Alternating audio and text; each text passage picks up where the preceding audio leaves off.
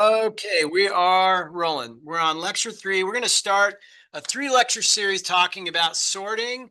We're going to have sorting kind of coming out our ears by the time we're done, but this is going to set us up for the rest of the course. Sorting is something that's kind of approachable. We really only need arrays for it, so it lets us sort of focus on a lot of other stuff like the language and kind of the instrumentation. And by that, I mean, we want to be able to count performance or measure performance of our algorithm. So we're going to start doing that process with sorting so that you're kind of familiar with the code when we start doing bigger and bigger things down the line. So we're going to introduce some terminology and some approaches. My approaches are pretty similar to some other people who teach this class, but everybody does it a little bit differently. Reminders. So this Friday, we do have our lab 3. We're going to go over that today. So remember that for this stuff, you want to hit the share button in order to submit this stuff. I know this is redundant, but wanted to, make sure everybody's clear with that. And if you don't hit that share button and you make some changes, you could lose some work. Most of you are, getting ready to switch to Program IZ Pro, or you're already there, or maybe you're using something like Visual Studio. Oh, that's fine. I just want to make sure that you kind of have a more larger system that you're using to make sure that your work doesn't get lost. So I'll try to make sure everything can be uploaded as code, but of course, just submit a link to the IDE if you are working in either the online Program IZ or the Program IZ Pro. Okay. Now, Tuesday, a week from today, our homework 1, which we will touch on today. And sorry, I thought I really updated this thing. This is from last semester, so please ignore this part. So you're going to be creating and analyzing your own sort function. Most of the code is already written for you, and you do need to use my framework. You just need to write one little function and incorporate a few certain things that we'll talk about today. So the biggest part of this assignment is kind of the boring part, which is analyzing the data that you produce. So we want to test bigger and bigger test problems. So what we would call the test suite or the test bed, I've already written. So you're just dropping your function into my test bed, and it's going to produce a lot of data, and then you have to analyze that data. So it's a little bit of a boring lab from this our homework assignment from the standpoint of you're going to be looking at curves of data, okay? But I promise you all the code that I've written, as messy as it looks, is there to help that process be as easy as it can be. Because none of us want to sit down and graph function curves, at this stage, right? So that's a week away. And then quiz 1 is also just kind of review and basic math. Do you remember what a arithmetic series is? What are the different names of the different performance curves? You got 3 tries on all of your quizzes. Most of you know that from being in my classes. So if you're not sure what I want, just use a try to kind of get a sense and then come back and do it again, right? So by the time you try your 3rd try, you'll be kind of oriented to what we're looking for there, okay? So waitlist, folks, we don't have to worry about waitlist, folks, because I think all that stuff's been done. And I'm beginning to wonder whether I uploaded my slides properly. So I'm going to pause the recording here and double check my my uploads here. So apologize for that. Let me just pause the recording. And we're back. Okay. Hopefully I got the right one this time. All right. So we covered most of these slides already. We've got homework due next Tuesday along with the quiz. Today, we're going to talk about sorting. We'll do a quick review on lab 1. Everybody took a good crack at that last week. Thank you very much for that. And I just wanted to share with you one of the more optimal approaches. So many of you were kind of curious about this. So we'll take just a minute on that. And then we'll kind of dive into the rest of this stuff, which is basically about different kinds of sorts. The idea of a stable sort versus a non-stable sort, that's important for you to learn. I'll try to explain why. And then we will start looking at the analysis of these sorting algorithms as a way of learning our terminology: quadratic, linear, constant. What do those words mean when we look at code? So we'll try to use these things as some building blocks for starting to learn that. And your homework one, that's the point of your homework one. If you go implement a sorting algorithm and you go look it up on Stack Overflow or ChatGPT and it says, oh, this is quadratic, then your data better be quadratic when you actually implement it. So it's somewhat easy to kind of screw up a sort so that you get the right answer, but maybe it's not quite as fast as you thought it is. So our biggest job on homework one is to prove it. It's like, hey, here's the data. Look at that curve. It looks quadratic to me, right? So we'll talk about how you do that. That's kind of an anchoring concept that I would like to have us do at the beginning of the semester. And then we'll kind of go off on our trust exercise where we just sort of look at code and wave our hands a little bit more. But homework one is all about proving that what, ChatGPT says or AI says or the web says about one of these algorithms is actually true. Like, how do we actually measure that stuff? Okay. So now, if you ever want to dive into some alternative, to my slides, which I do recommend looking at, the course on Program IZ Pro, DSA stands for Data Structures and Algorithms, by the way. So if you want to click into that, you'll need a pro account, but there's all sorts of nice content there. And they do have some really great interactive visualization pages as well. So I'll try to call those out to you as we go through stuff over the next couple lectures and weeks. But it's just a nice other place to go. Now, before we move on to sorting, let's talk about lab one. So we were trying to figure out how to produce all sorts of permutations, basically, of a number of letters. And we said, well, let's kind of work with a function prototype that looks like that. So I added a depth and a counter. Notice my counter is a reference. Why did I do that? Well, I want at any level depth of recursion to be able to increment the count and have that change flow upward and all the way back to main. So if we don't put that ampersand on there in C++, that change isn't going to really ripple out back to the top, if you will. So that's one key thing right there. And then I use this depth thing to really represent the recursive depth, but it also is representative of how many letters have we kind of added to our permutation that we're building already. So this particular approach is the swapping approach, which we didn't really dig into too much. But we basically, what we do is we get to the furthest level of recursion that we can go to.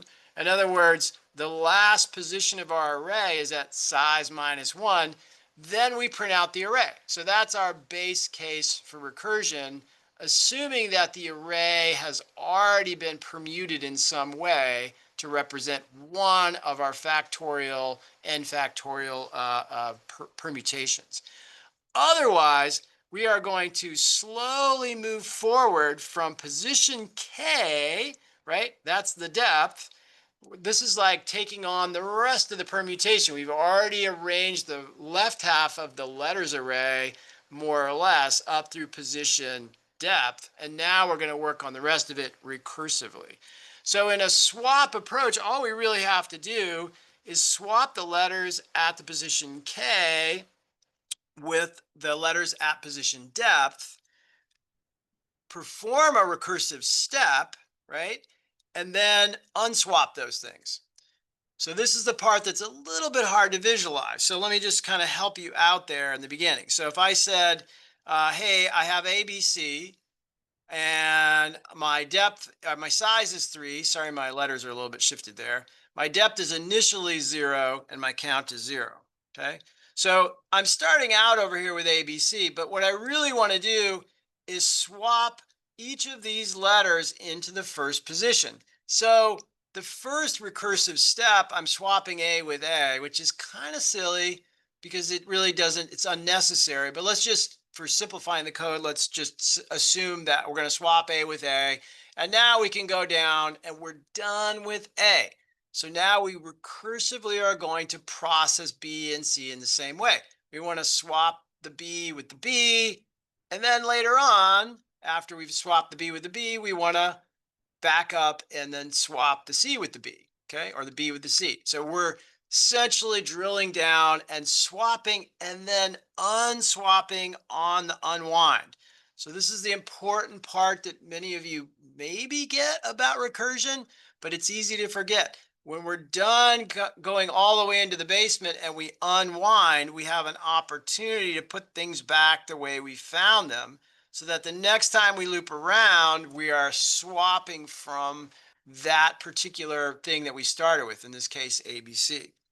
So after we kind of get to the very bottom of our tree, now we swap the A into the B position, bringing the B forward, and repeat the process with the children below, okay? So this is pretty elegant code, right? So that's really all we need as long as we unswap. If we don't unswap, then we actually aren't really going to be able to accomplish what we want. And this is probably what could drive you a lot, crazy trying to figure out exactly what you need to do here. The other thing we can do as an optimization, we could say, hey, if the thing we're about to swap is kind of itself, then don't do the swap, just recurse, just drop down and then continue at the top of the loop. Like don't come down here and do anything else, just sort of permute without swapping and then jump to the top, okay? So those of you who have coded for a while can probably visualize using the continue statement, right? To jump up to the top rather than falling down into this. So that's a very efficient, pretty much the, almost the most efficient way you can do this.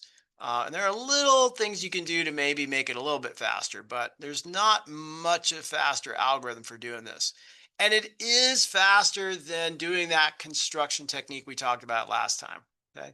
So a little harder to wrap your head around, worth thinking about. Another way to visualize that process is we start with an ABC, we swap A with itself, then we go down and we swap B with itself, and we're pretty much done because there's nothing left to really swap. And then we unwind and we go down, and now we swap the B and the C, right? Now we're done, we unwind. Then we move the A over into the second position, or in other words, bring the B forward. So really, we're following the same algorithm as the thing we talked about last week. Pull out a letter and then handle the rest, right? Pull out the A, handle the rest. Pull out the B, handle the rest. But the pulling out part we're achieving by swapping it into the leftmost position that is available for us, right? So it is really important as we go through this course to imagine this exact kind of traversal pattern, down the left arm, up a little bit, down, back up. We're working our way across, but we're doing it kind of by progressively going deeper and then coming back up. And we'll use the cave analogy, exploring a cave, when we get back into recursion here in a couple weeks, okay? So this is a good warm up for this course because recursion is something we'll use a lot of. As we'll see here next week, we will look at some recursive sorting algorithms and being able to visualize this tree. We kind of call this a tree, and the order in which we go through this recursive tree is an important skill you want to build, really in general for any kind of coding, but certainly for algorithmic kind of problems, okay? So I just wanted to lay that out to you. We won't talk too much about the performance on this, but it is an interesting set of questions. We know we're going to have n factorial leaves on our tree here. So that, what can we say about the shape of the tree based on that? Those are fun questions to get into. We're not going to sort of go into those right now, but that's the kind of stuff that, professors like to ask on quiz questions and stuff like that. So anyway, that's our lab from last week. Totally optional. If you want to go back and still do it at some point before the end of the semester, you have all the way until the end of the semester to turn in optional labs. That is, labs that have the word optional in their title. So just keep that in mind. I'll remind you of that later. Okay, so today I don't have my cards with me, so we're going to do this virtually, but I am going to give everybody a deck of cards at the next class. So you can keep them, go play poker if you want, but they're helpful for this part of the class. So we're going to use this virtual deck of cards today. So if you sort of click on this link, sorry it's so bright, and you shuffle your deck of cards, and again, that is https://deck.of.cards, and just drag them out, right? And click on them to turn them over. Okay.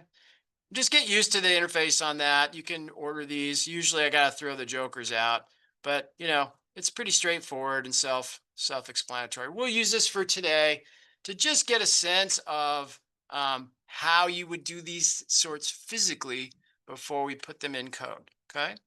So I'll leave you with that for the moment, but we'll come back and use more of that here very, very shortly. Okay.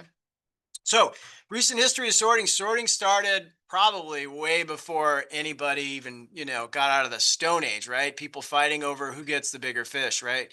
So, but yeah, the census data, really IBM, and they weren't called IBM back then, but they were all about helping count the census data. How are we going to do that? They started building some analog type of machines. Those are the precursors to the algorithms we use today. And of course, counting mail-in ballots is using all sorts of algorithms.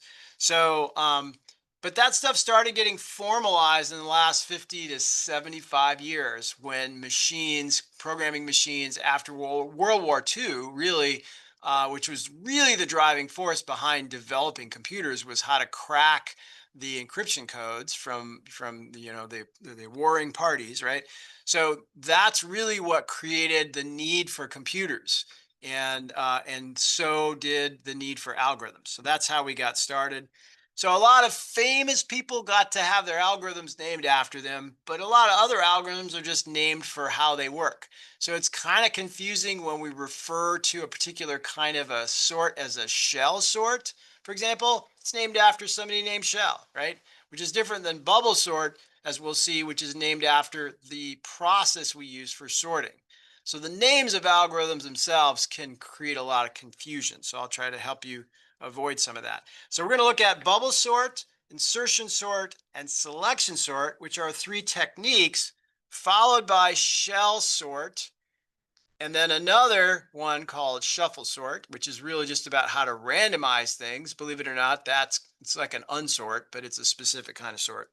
So these are all fairly straightforward. We will do them using for loops or while loops. We'll do these today. We'll do these on the next lecture. And then next week, we get into meatier stuff. So we will be doing some heavy recursion with merge sort and quick sort. So you'll see some familiar themes popping out next week in terms of this recursive stuff that we're looking at, okay? And there are a lot of sorting algorithms out there. There's just no way we're going to try to cover all of them. Each of them has some unique benefits. But for all of its simplicity, insertion sort is used quite widely. And actually merge sort and quick sort are also quite popular as well. And they really don't really take a lot of code, okay? And the data structures that they work on fundamentally are arrays. We don't need strings or vectors for any of this stuff. So we'll be working with low-level stuff, really close to the metal, as they say, okay? So terminology, common things we're going to rely on. We will be passing our arrays by reference. That means when we pass an array in C++, a regular old array, the name of the array is all we need in order to change the items inside of the array. So it's kind of like Python and lists, but it's different than vectors. Vectors are not passed by reference by default. So of course, our indices go from 0 to size -1. And by default, if I say let's sort something, you can assume I mean ascending unless I say otherwise, okay? And we'll mostly work with integers, but any two things that can be compared, of course, strings, right, can be compared alphanumerically, right? But we'll just work with integers while we're studying these basic things, okay? So, but we could sort anything that we can compare and come up with a less than greater than, okay? So a couple other things. We're going to talk a lot in this course about n. Like n is how many things am I working on, right? So here n is 6 because we go from 0 to 5, of course. But sometimes we will want to work on subsections of the array. So instead of saying, hey, sort this array of size n, I'm going to say sort this array from starting position 3 to ending position 5. And that's a little bit unusual because it's going to cause us to need to do a for loop that ends at a less than or equal to status. Okay.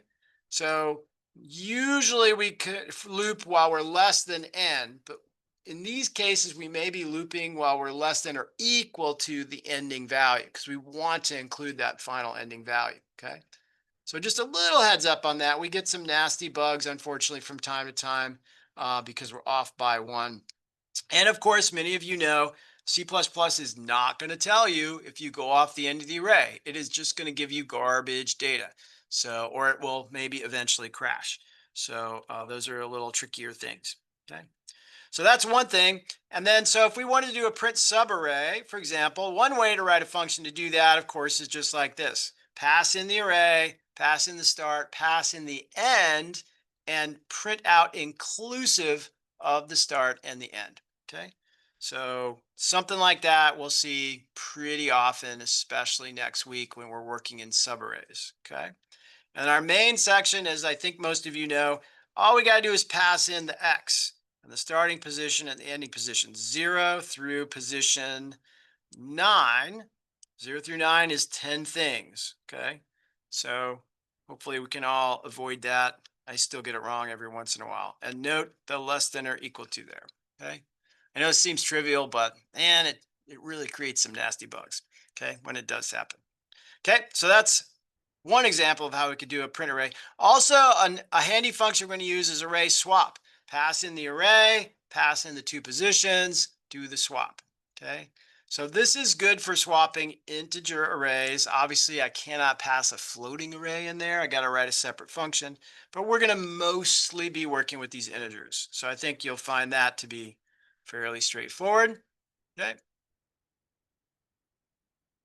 and then let's get into sorting stability. So let me try to explain this concept.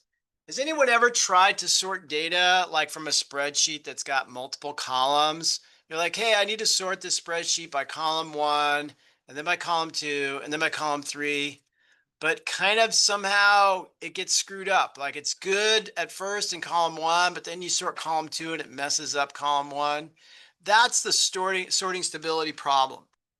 So stability basically is if I sort something, if you say, hey, sort by first name, and there are two Jeffs in the class sitting next to each other, I do not rearrange the order of the Jeffs. I leave them where they were.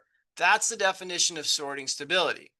If the key that I'm sorting on is equal, then I should not mess around with any previous ordering of those two items, okay? So if you encounter duplicate keys, leave them alone. Don't go mucking around for no good reason. That's the hallmark of a stable sort. And that's what allows me to sort something by column 1 and then sort it by column 2 and then column 3 and get this multi-layered sorting thing. Like we all go into a classroom. If you've ever had anybody with your first and last exact name, you know, you kind of know what I mean. It's like you sort by last name, then you sort by first name, and then you got to sort by middle name, right?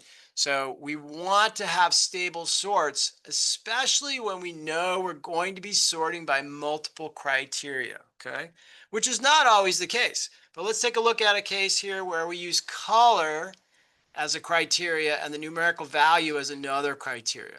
So if I were to say, hey, the purple 4 comes before the blue 4, I want you to go sort these right now any way you like to get them in ascending order. So if you came back and you said, okay, I did that, and here's the order, I would say, ooh, you used an unstable sorting algorithm because you unnecessarily swapped the position of the 4 and the 4. Now the colored order has changed between equal values. That would be an unstable sort, okay? So now you might think, why would anybody ever write an unstable sort? Well, there are ways to sort really, really fast if we don't care about stability. Okay. If we care about stability, you'll see here, there are things we just have to avoid. So we'll take a look at some of those here in a minute. Did anybody have a question on any of that so far? So we really don't have to have two characteristics to create an unstable sort. But to see the problem they create, it helps to have two characteristics like color and value or first name, last name. But you can break stability just by swapping these two fours unnecessarily, okay? So that would be an unstable sort. If we got this, where the fours continue to be in the same order relative to each other, then we're okay, okay? So we'll take a look at a couple examples of that. So this one might, break your brain a little bit, but let's take a look at the first name, last name thing. We have these, worst case scenarios: Zeta Smith, Alba Reed, Zeta Reed, Alba Smith. We want to sort our students by last name and then by first. So the first thing we're going to do is sort by the first name, okay? And now we want to sort by the last name. And notice that the first name Albas do not swap when they get into their sorted by first name position. That is the hallmark of a stable sort. So that's a good thing. The arrows don't cross there, okay? And then those two also are stable, right? They end up in a good position. And now we're sorted by first name, but we haven't violated the relative order between Zeta Smith and Zeta Reed. We left them alone. And that's a good thing, because now if we want to go and do it by last name, we will get what we would all want, which is we want it ordered by the most recent thing we sorted, then by the previous thing we sorted. So now you can see the Alba Reed and Zeta Reed, again, we're sorting by a last name, but they haven't swapped places. That's stable. And so we get a meaningful final sort where we've done multiple passes over multiple columns of data. And now we know that, people with the same last name will be sorted by their first name alphabetically. Okay. That's why we like stable sorts. If we know we're going to progressively sort by different attributes of the data that we have to deal with. Okay. So just to illustrate, what happens if we break that, right? So if I said, hey, here's some names, apply a sort, and you used an unstable sort, we're going to see some crisscrossing, right? And yes, these are sorted by first name, but now if I use that same algorithm and I sort it by last name, I am potentially going to have a bad answer, right? Because the reads are sorted, but now Zeta got in front of Alba, okay? So this instability thing broke our overall final sort. So that's the goal and the reason for, describing this stable versus unstable. So certain sorting algorithms are stable, certain ones are not, and it's good to know which are which, okay? So I'm going to kind of fly over the top of this one, but you could imagine this kind of problem being posed for any kind of data that has more than one dimension. A two of clubs has a pip number or a value, and then it has a suit. So if we wanted to sort our suits by alphabetical order, it would be clubs, hearts, clubs, diamonds, hearts, and spades, right? Yeah. So we could think about these sorting things from the standpoint of, those two dimensions, right? A stable sort would give us some good stuff. An unstable sort is going to break that stuff for us.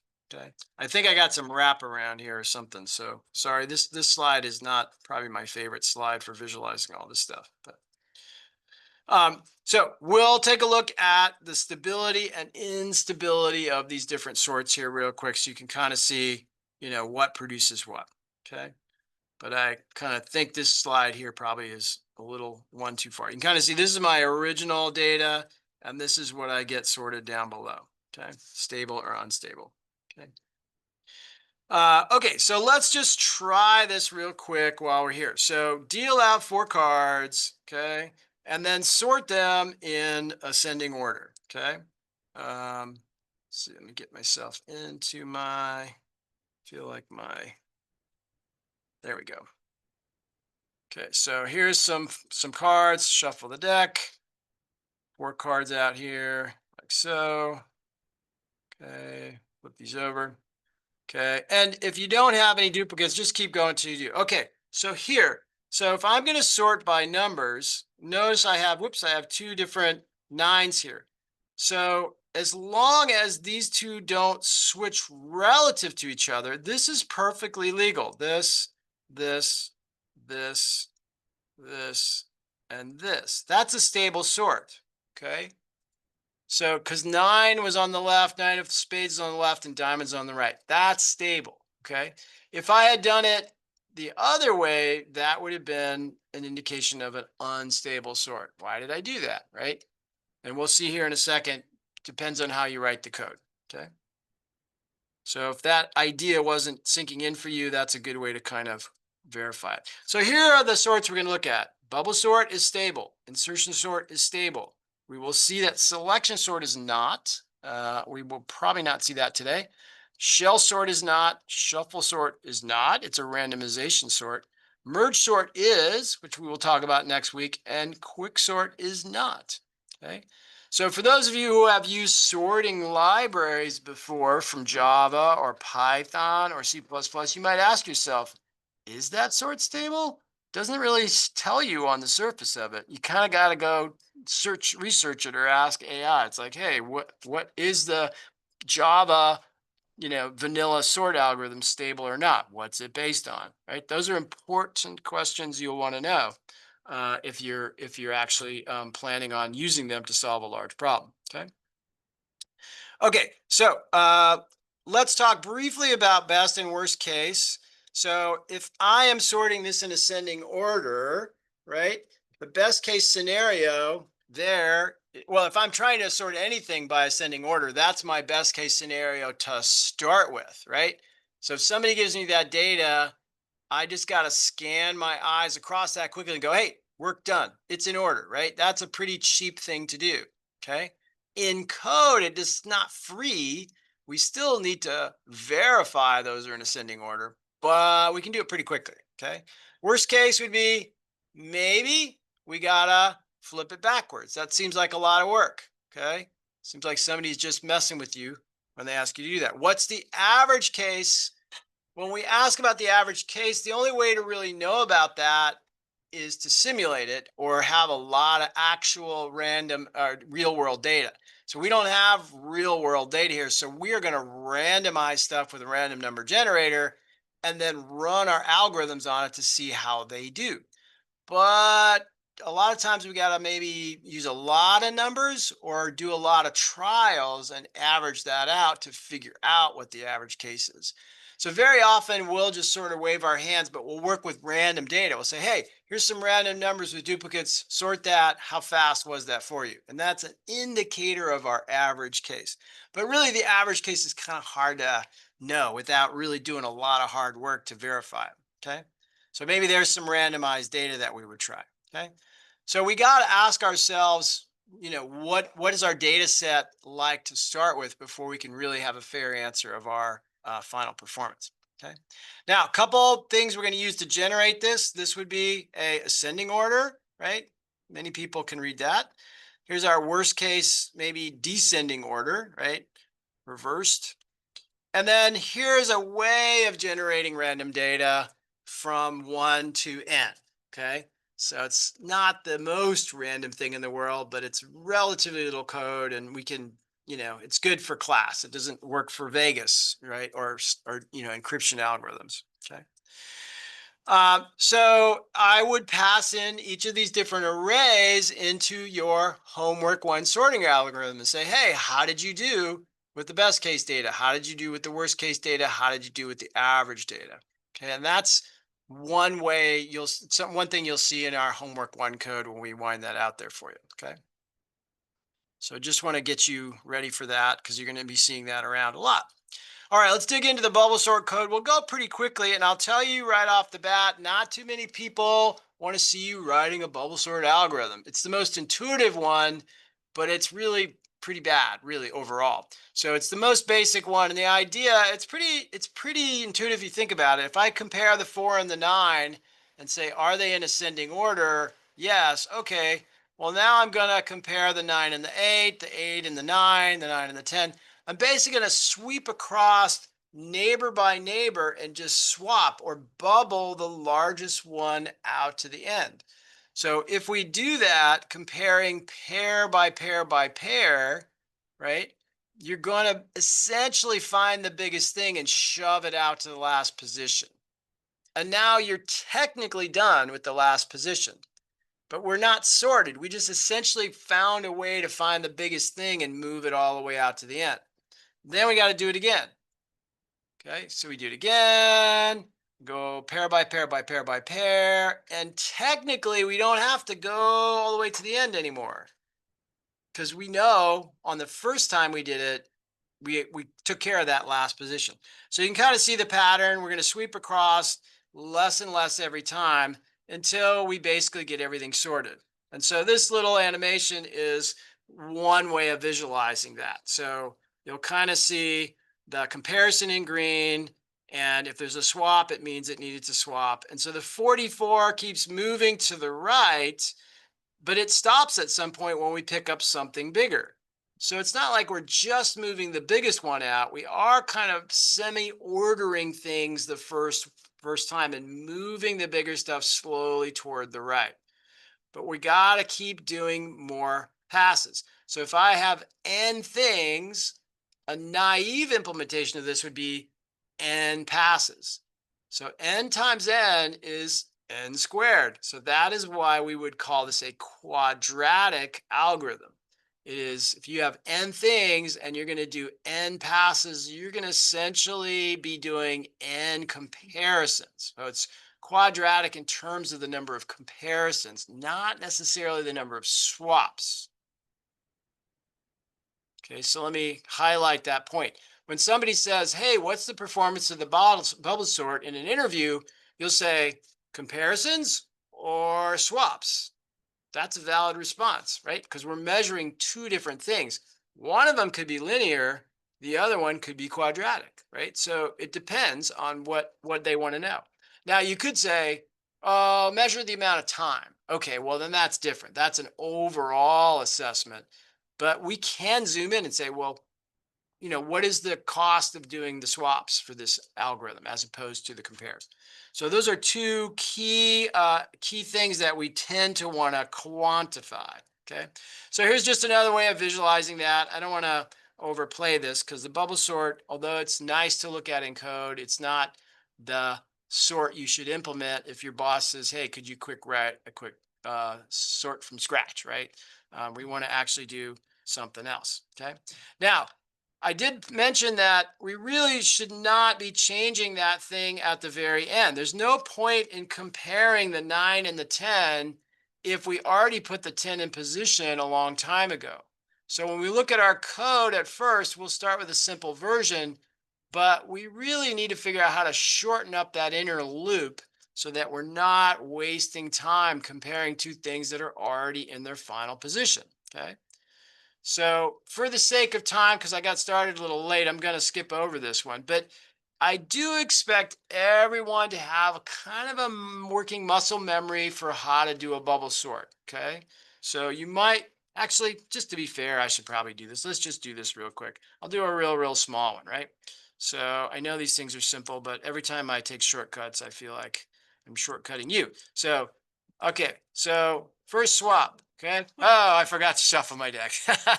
Let's do that again. That's cheating. Thank you. Okay. So there we go. That. Okay. And you'll see, you're thinking, how many ways could there be to sort of thing, right? But it's, so who's bigger? 3. Okay. Swap. Okay. Who's bigger between these two? Okay. The king is bigger. So that's okay. Okay. Move over. Who's bigger? Swap. King is done. So really, we're done now. Now the game happens with a smaller set, okay? Do we swap? No. Do we swap? No. Guess what? That means we're done. And technically, if we didn't swap on one pass, we really don't even need to go do our other passes. So that's another optimization we could put in the code. If the swapping didn't happen, then why keep going? Because we kind of know it's already in order, okay? So that would be a quick exit from that particular algorithm. Okay. Can you explain that last one again? Yeah, good. Yeah, and we'll see a slide on that. So I got the king out there, and it's like, oh, okay, I'm going to compare these two. Don't swap. I'm going to compare these two. Don't swap. Okay, the 10's done. But we kind of know that these are already in order, so really everything's done. So you kind of need a little Boolean flag that says, did we swap at all the last time we did a pass? And if the answer is no, that's good because it's like, hey, we're done. Okay. So it can save yourself a little bit of time in your performance, but surprisingly, it still ends up being quadratic. You can try really, really hard. Some people call this polishing the trench. I don't know if you ever heard of that phrase. It's like, hey, I can make bubble sort a little bit faster. It's like, yeah, but you're never going to make it as fast as this other thing that we're going to learn. Okay. But that's okay. It's a good place to get started. Okay. So those are optimizations, and I will breeze a little bit over the top of those. But basically, with a fully sorted list, what we do with our eyes in the blink of an eye to tell that it's sorted with a short list, we can't take for granted. We still need to do n-1 compares just to figure out that that thing is in sorted order. Of course, like, is there a violation in this ordering somewhere? Okay. So that's still going to cost us n-1 compares, but that's really pretty good. We would call that linear. So if I got n things, I got n-1 compares. Yeah, that's okay. That's a straight ramp. It only gets as bad as the number of things we got to actually sort in a best case scenario, which, isn't something we can really count on a regular day. Okay. So here's some pseudocode for you. This is the classic bubble sort. So notice that I've left off all my curly braces. I love when I can do this because it's cleaner code. It's a little Pythonic for those of you who like Python. But for every for loop, you get one free, statement that glues to the bottom of the for loop. And so that if glues to the for, and of course the swap glues to the if. So we can do bubble sort like that, essentially. Notice that I did not put it in optimization here. My inner loop is not taking into consideration the value of I. So this is a really bad implementation of the bubble sort. It's truly n times n. Okay, we're not even really trying to be optimal. Notice just by way of a bug, this loop goes to n-1 less than n-1, which means the last thing that I'm going to compare explicitly is going to be n-2. Why do I do that? Because I'm comparing the n-2 last one to the j plus 1, which is the true last position of the array, right? So this saves us. This less than n-1 is effectively leaving 2 positions at the end. So I can compare this one to that one, okay? So just a little reminders of the world we live in. Somebody decided we're going to count from 0. And so that just makes everything a little less obvious sometimes, okay? So if that comparison is true, of course, then we'll do our swap with our swap function, okay? Right? So we are tracking across j and j plus 1 in the inner loop, and then we go do it again. But this one does not have the optimization, so we do the whole thing again all the way out to the end. So we need a better optimization there, okay? So we would ask, how many compares did you do? On average, best case, worst case. It's like it's a grid of questions that we could ask, okay? So in our brute force scenario, we have 5 compares times 5 passes. That's 25 compares. So that is kind of, pretty bad for something that was already in order. So that's not good in terms of comparisons, okay? The worst case scenario, when something's in reverse, still, we got to do 25 comparisons, okay? Average case, the same. This is why bubble sort is not a good solution. It doesn't really benefit from having a good day or a bad day. It's just kind of always bad, okay? Now, comparisons are one measurement, swaps or something else, but for the moment, we're just talking about comparisons, right? Okay. So we would generally say, because n-1 times n-1 is basically an n squared kind of equation, we just wave our hands. This is one area where you don't have to factor all this stuff. You can just go, I know there's going to be an n squared in there. Quadratic, we're done, right? That's one of the nice things about algorithmic analysis for the basic stuff, is we can just wave our hands at the other stuff. But if you think about it for the second, the algorithm never unnecessarily swapped 2 things, okay? So let's go back and look at the code just briefly, right? We said if this is greater than swap. We didn't say greater than or equal to. If you put a greater than or equal to there, you've broken the stability with that one character. Okay, so just adding greater than or equal to there could screw up that algorithm by making it unstable. And it doesn't need to be, right? So just don't swap them if they're equal. Leave them in place, okay? So that's stable, but pretty darn slow, okay? But we can do better, okay? And these are those quick optimizations we talked about. Have the inside loop go one less every time, okay?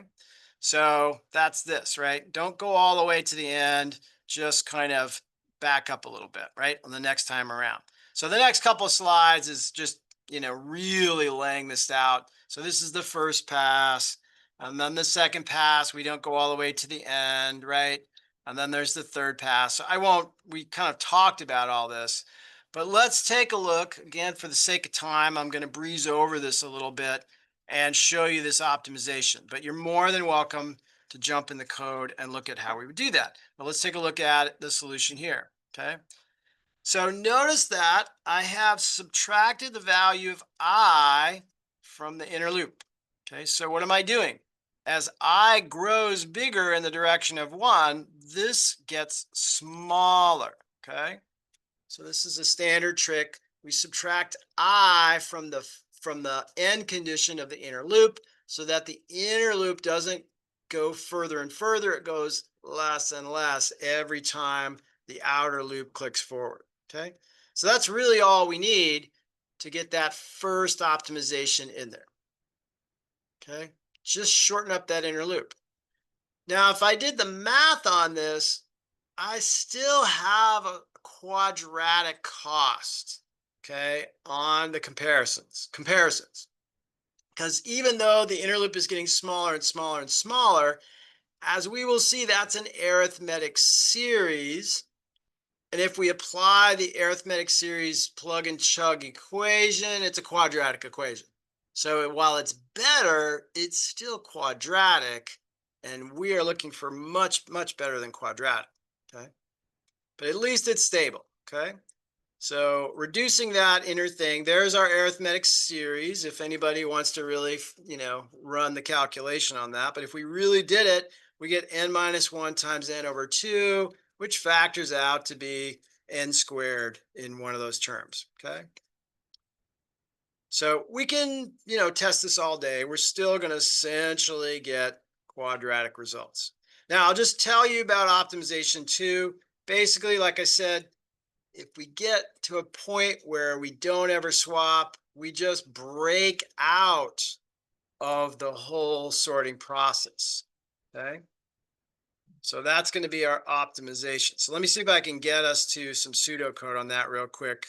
But this is something we talked about, right? If it doesn't need to be swapped, if we didn't do any swap at all, then we're kind of done, okay?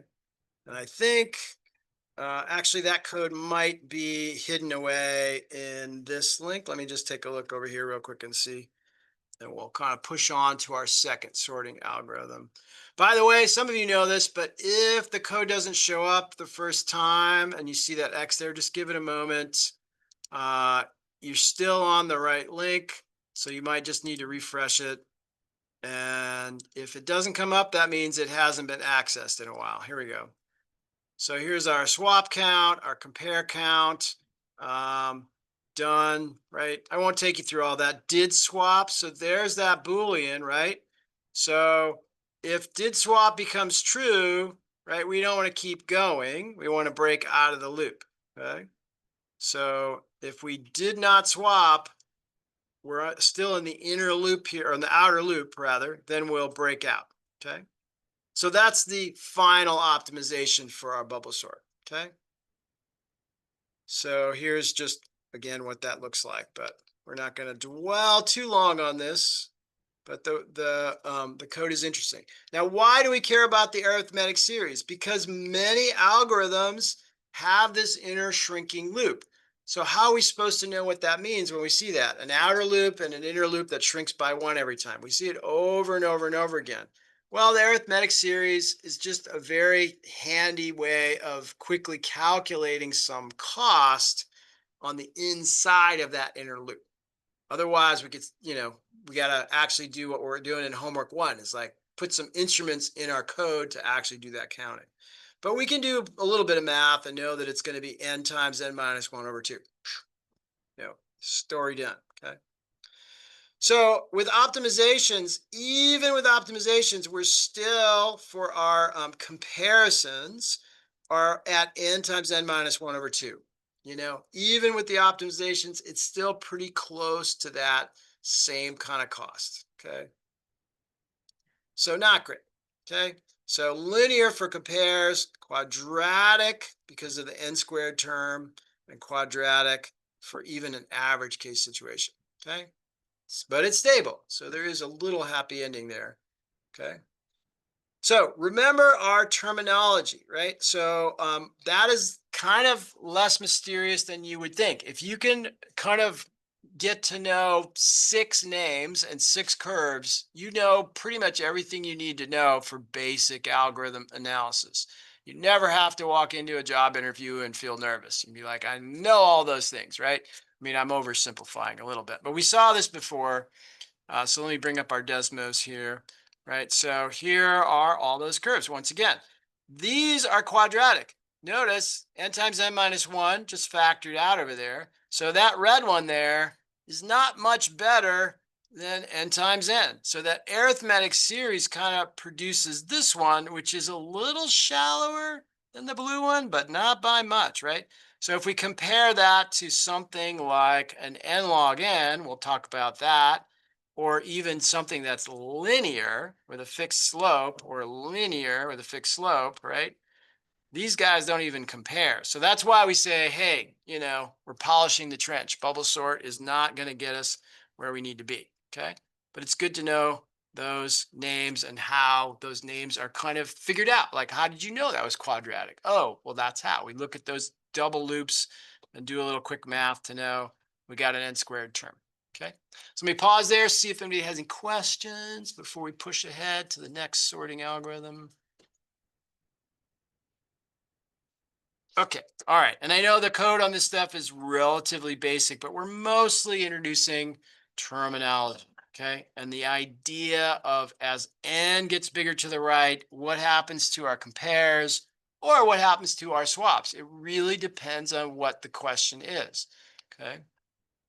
So there's our names, and we're going to study all of them. Constant would be amazing. It almost seems impossible. No matter how big n gets, performance never gets worse.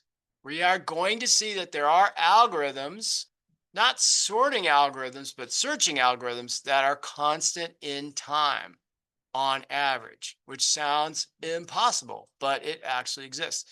And we probably have all used it and didn't even know we were using it. So we'll look at all these terms, but these are the equations, and there will be quiz questions along the way where it's like, hey, is it quadratic? Oh yeah, there's an n squared term. Is it logarithmic? Yes, there's just log n with some base number in there. We'll cover that stuff so you feel more comfortable about identifying those. But that's kind of the name of the game in one part of algorithmic analysis. You got to kind of know that stuff.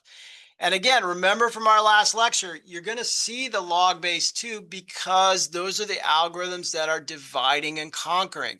They're dividing the problem set in half and half and half and half, maybe recursively, like lab 1, or maybe in a loop, like those of you who did lab 2, right? So it still can be divide and conquer, and those we'll prove out as we go, okay? So there's a whole bunch of curves. Just remember that n is to the right.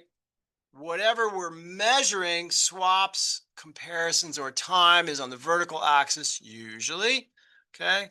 And there's our log n. Look how nice that is. It doesn't climb dramatically as n gets bigger. That's what we want if we can find it, Here's a constant. It has a high cost, but never grows, right? You could say, okay, well, it's expensive, but that expense doesn't grow. So that may be interesting, right?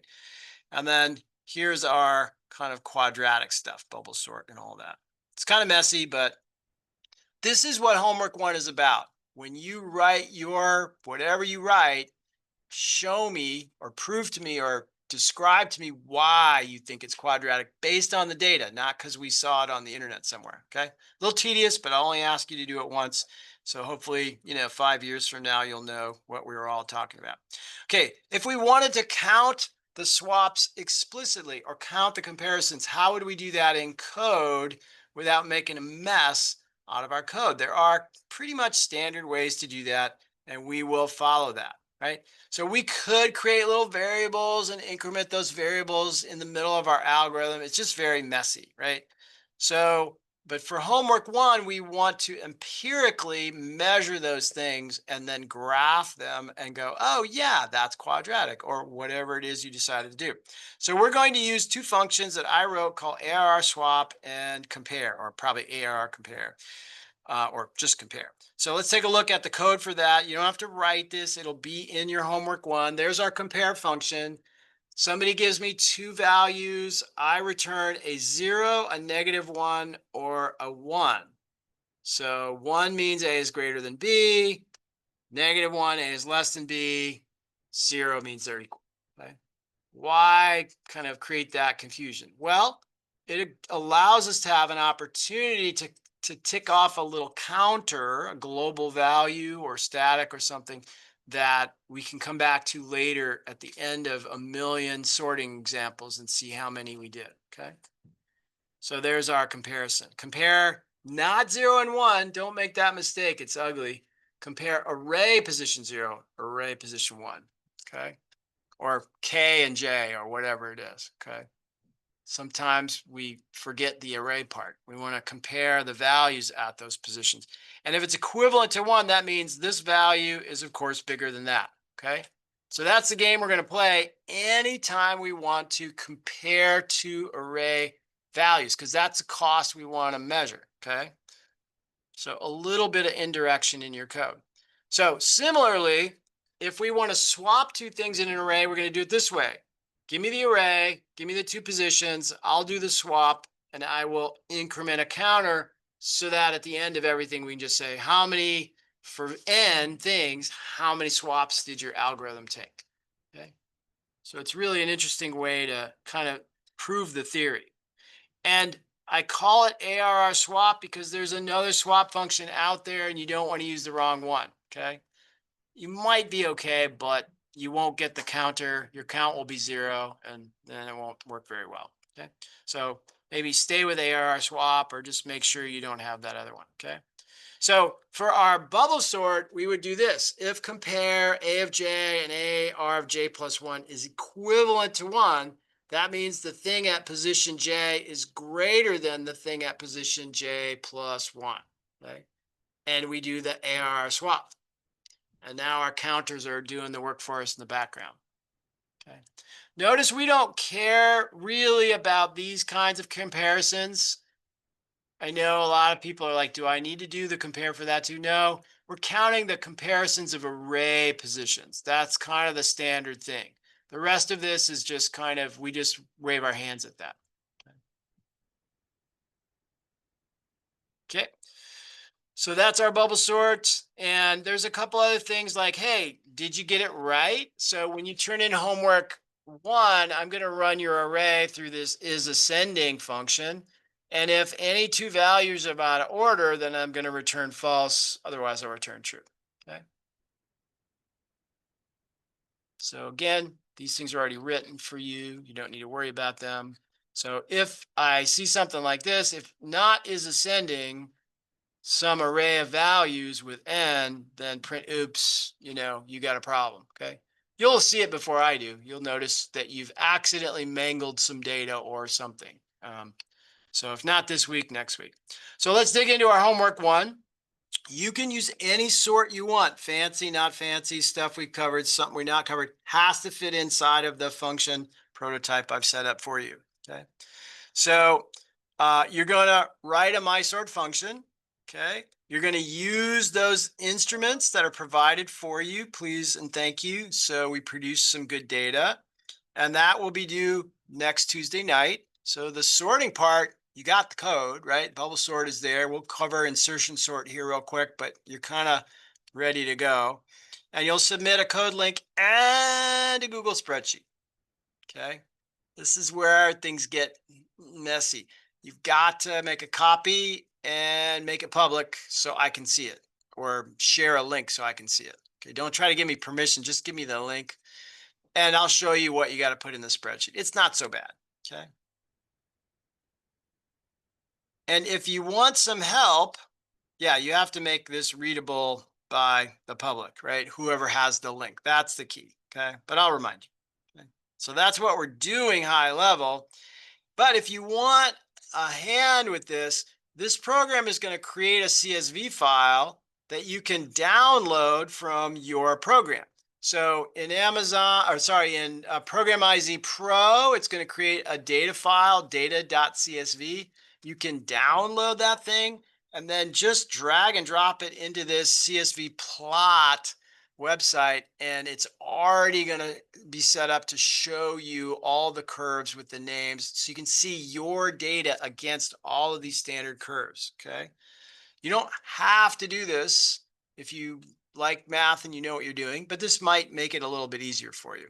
So one way or another, you got to get that data file down on your computer so you can upload it into the CSV plot. All this stuff's in the assignment description on Canvas. So one way or another, get that data, load it into there, and you'll be good. So here's a look at my Program IZ Pro. Yours would look similar on Visual Studio Code.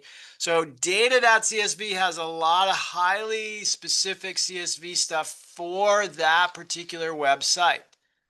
So all you got to do is write your code, run it, go find your data.csv file, drag it over into this website, and you should have a pretty good way to actually visualize this. Now, if you're doing this on Pro, it's a little hard to find the download. It's over here. It's not over here where you might think it is. So you're going to download the whole thing as a zip, crack it open, and then upload that data CSV. Or you can just copy this whole contents of this output file into a text file on your computer. That might be the fastest way to do it. Okay. So you have access to all this stuff if you want to do it. Once you drag and drop it in there, look at what we got. Your compares are in red here. They're kind of hockey sticking up. Your swaps are a little lower. And way down here, you can't even really tell. Probably linear and logarithmic are so small, they're off the scale, or they're turned off. We can click on and off these curves so we can see and compare. So the idea on homework 1 is to look at your data and compare it against linear, logarithmic, quadratic curves and say, oh, yeah, my data is X, right? It's relatively straightforward. We're going to drag you through the mud only one time with this stuff so you get a really foundational sense of this, where all these numbers come from, okay? So you don't need to use a CSV plot at all. You could use Desmos, or you could write your own code to do it. I just tried to save you that trouble, okay? So don't let that throw you too much. Questions on homework 1 so far? Okay, so no lab on Thursday. So you can begin this in lab time if you want on Thursday and ask me all the questions you want about it. So we'll have some time so you don't have to ruin your weekend. Okay. All right. So let's look at insertion sort and then we'll get into our lab as quick as we can. So how else could we possibly sort a bunch of numbers? And again, you can look at this exact algorithm on Program IZ Pro in their content area for their DSA, or data structures algorithms class. So the idea with insertion sort is we start with a sorted list of size 1 on the left side, and then we look where to insert something from the right side. Now, to help you understand this process, I'm starting with a half sorted array. So let's assume that the left-hand side, 4, 5, 6 is already sorted, and I need to know where to put the 1. Okay, so I'm going to insert the 1 wherever it goes on the left side. How am I going to do that? Arrays cannot be split up. They are very low level data structures. And even if you decide you want to use a vector, guess what? They still have arrays underneath them. So there's no free lunch. So we got to move the 5 and the 6 over to the right and the 4 to make room for the 1. So the insertion sort involves shifting data to the right once we figure out where that 1 goes, and then reducing the non-sorted section by 1 and repeating the process. So it's different than bubble sort and may have some different performance attributes as well. Okay.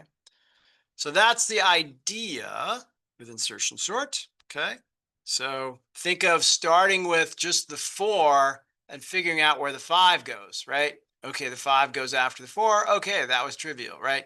So we'll see how that goes. Here's a quick animation of that. A little harder to follow this one, but notice here that while we're doing this, we're looking for a place to insert the 44 relative to the 3. Oh, okay, that's fine. Now where does the 38 go?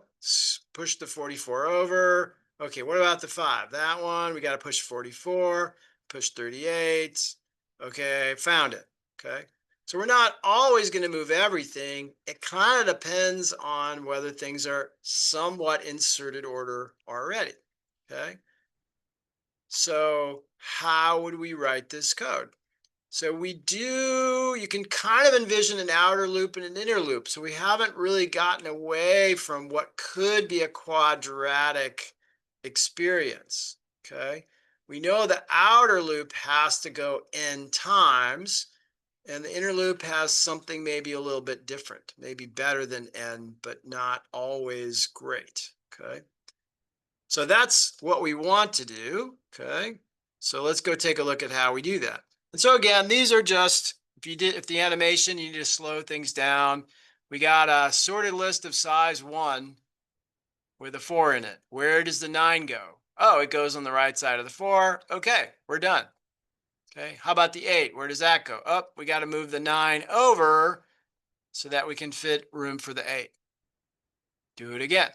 So each one of these is a clicking forward of the outer loop, and the inner part of the shifting is a little more complicated than that. We'll see that here in a second. Okay? That's a classic insertion sort. Okay? So there's our kind of passes over there. So let's do this real quick with some cards just to kind of anchor it in your memory. So if you can memorize these things, saves you a lot of trouble later on.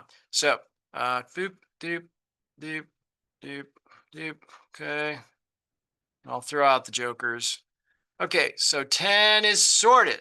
Okay, that's already sorted. So where does the 9 go? Oh, it's got to go over here, but I got to move this over. Okay, and I'm waving my hands at that a little bit. I'm going to move this 9 down below and say, oh, I'm going to create space. I'm going to move it into the 9's position, put the 9 where the 10 was. Okay, these two are now done. Okay, where does the ace go? Oh, I got to move the 10 into the ace's position, move the 9 into the 10's position, and now I can move the ace over. Okay, and we just keep doing that.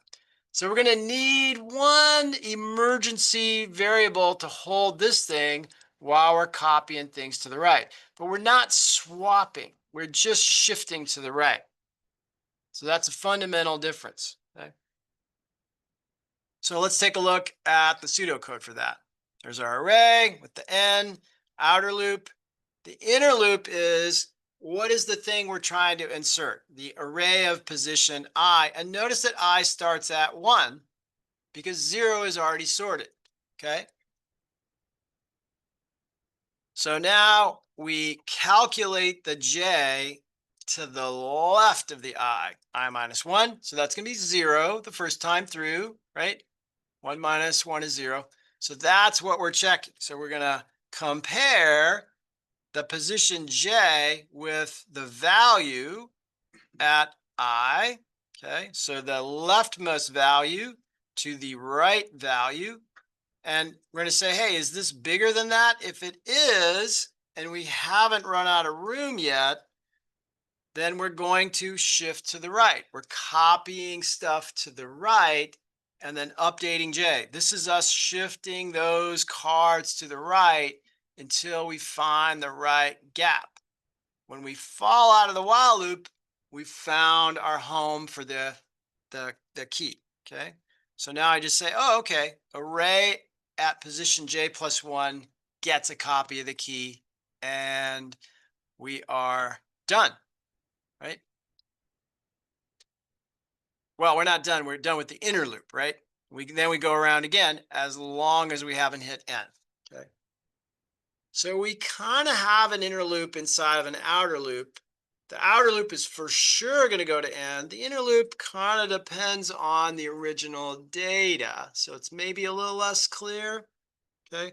But if we do the analysis, notice we don't have a swap there. We're just shifting. So it is inherently stable. We're not swapping any orders at all. We're just shifting to the right, okay? So and we shouldn't notice while it's greater than, not greater than or equal to, right? So we're not swapping things that are equal to each other. So we're avoiding that stability break, okay? So cutting to the chase here, our best case scenario, we have N minus 1 compares and 0 swaps. That's a little better than bubble sort.